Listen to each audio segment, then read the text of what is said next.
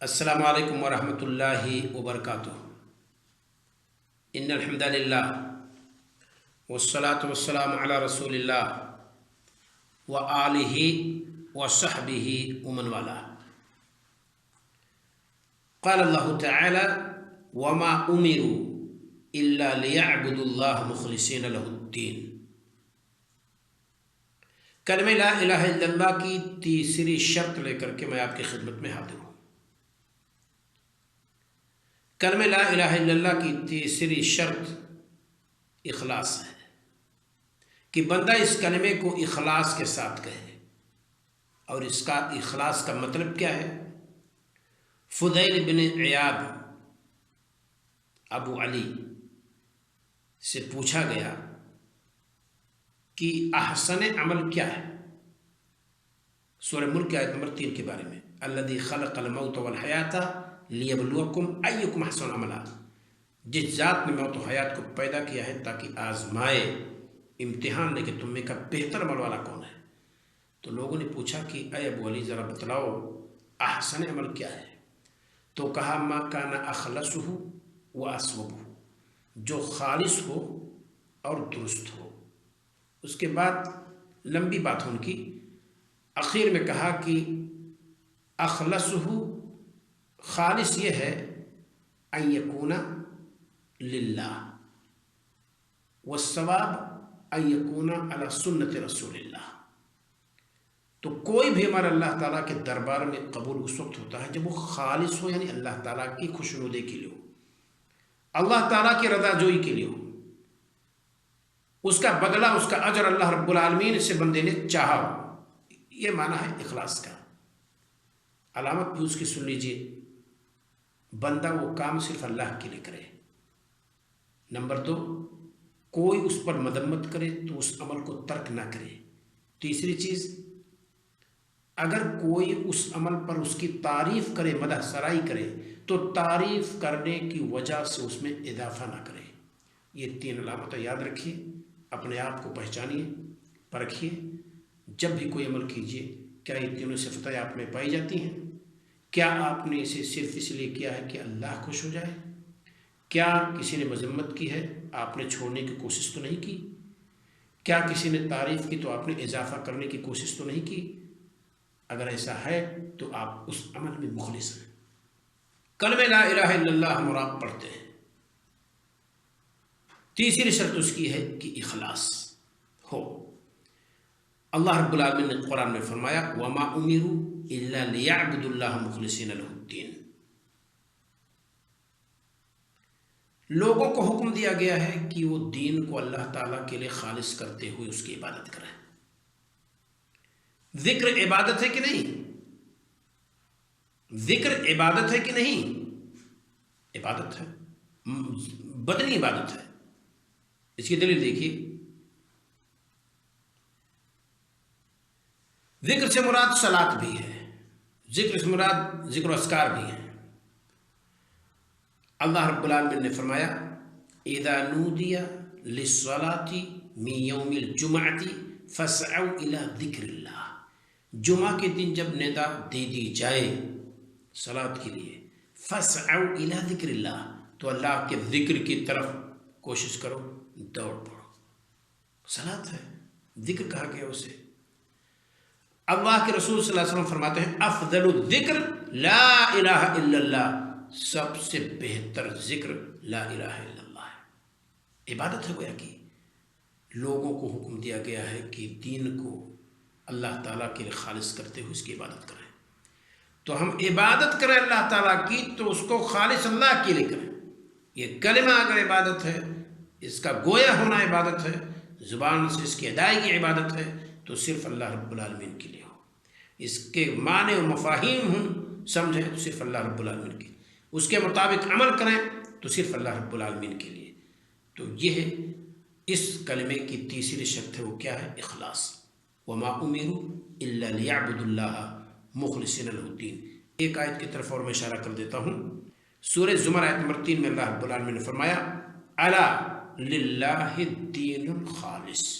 سنو، اللہ تعالیٰ ہی کے لیے ہے دین خالص، یعنی عبادت اگر کوئی بندہ صحیح کرتا ہے اور اس میں اس کو اخلاص ہے تو وہی دین اللہ رب العالمین کے لیے ہے، وہی عبادت اللہ رب العالمین کے لیے ہے، یعنی وہی کو حیز قبول میں رکھے گا، اور جس میں اخلاص نہ ہو اللہ رب العالمین اسے قبول نہیں کرے گا۔ ایک حدیث ہم سن لیتے ہیں اس تعلق سے۔ اللہ کے رسول صلی اللہ علیہ وسلم فرماتے ہیں اسعد الناس بشفاعتی من قال، قیامت کے دن سب سے نیک بخت شخص جو میری سفارش کا، میری شفاعت کا مستحق ہوگا، وہ کون ہے؟ جس نے کہا لا الہ الا اللہ خالصا من قلبہ او نفسہ، جس نے لا الہ الا اللہ کہا ہے خلوص کے ساتھ، اپنے دل کے، اپنے جان کے اخلاص کے ساتھ، یا نفس کے اخلاص کے ساتھ، یا دل کے اخلاص کے ساتھ۔ کہیں نفس کا بھی لفظ موجود ہے اور قلب کا بھی لفظ موجود ہے۔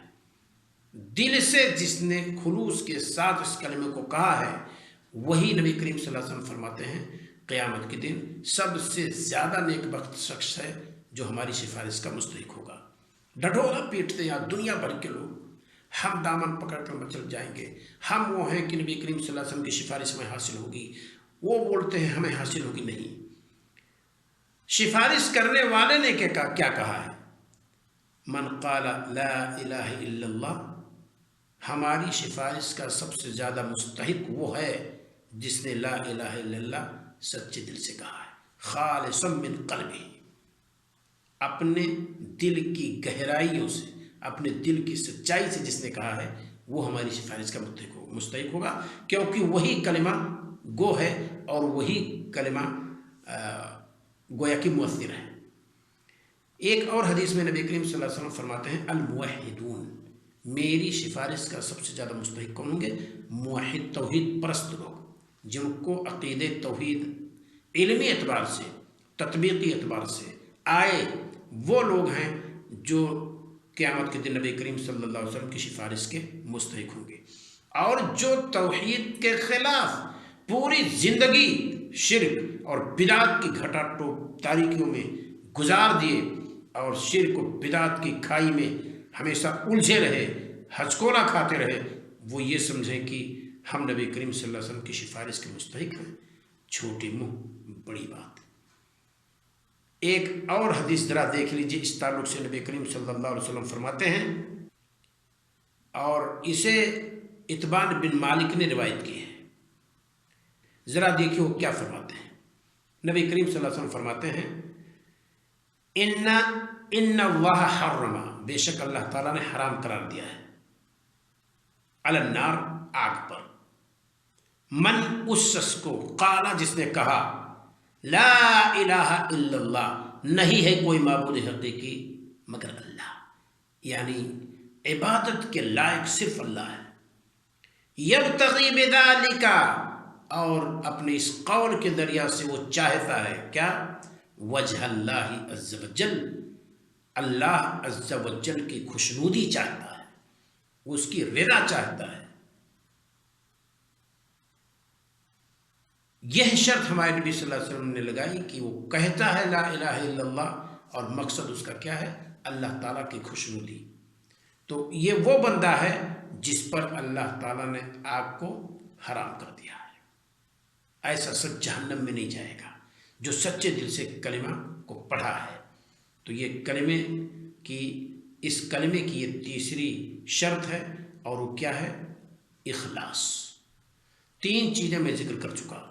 اس کلمے کی پہلی شرط علم، دوسری شرط یقین، اور تیسری شرط ہے اخلاص۔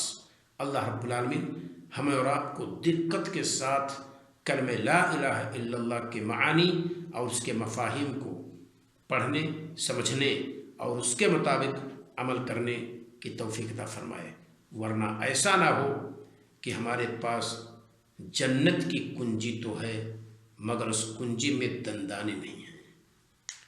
اور وہابی بن منبہ کا وہ قول کہ جو آیا اور ایسی چابی لے کر کے آیا جس میں دندانے ہوں تو جنت کا دروازہ کھلے گا، اور جس چابی میں دندانے نہ ہوں جنت کا دروازہ نہیں کھلے گا۔ اور اگر ایسی چابی لے کر کے آئے دندانے ہیں پر وہ دندانے تالے کے مطابق نہیں ہیں، ہمارے اعمال بدعت و خرافات والے ہیں، کتاب و سنت کے خلاف ہیں، نبی کریم صلی اللہ علیہ وسلم کی سنت کے خلاف ہے، سلف صالحین کے خلاف ہے، تو وہ تالا بھی نہیں کھلے گا، کیونکہ دندانے تو چابی میں ہیں مگر تالے کے مطابق دندانے نہیں ہیں۔ لہذا یہ یاد رہے اور آپ کو کتاب و سنت کے مطابق ہمارا اور آپ کا عمل جب ہوگا اور پھر ہم جنت کے قریب پہنچیں گے لا الہ الا اللہ لے کر کے، تب ہمارے لیے اور آپ کے جنت کا دروازہ کھلے گا ورنہ بند ہوگا۔ اللہ رب العالمین ہم سب کے لیے اسی کلمے کے ذریعہ سے مولا جنت کا راستہ آسان کر دے، ہمارے لیے اور آپ کے مولا اسے جنت کی کنجی بنا دے۔ السلام علیکم۔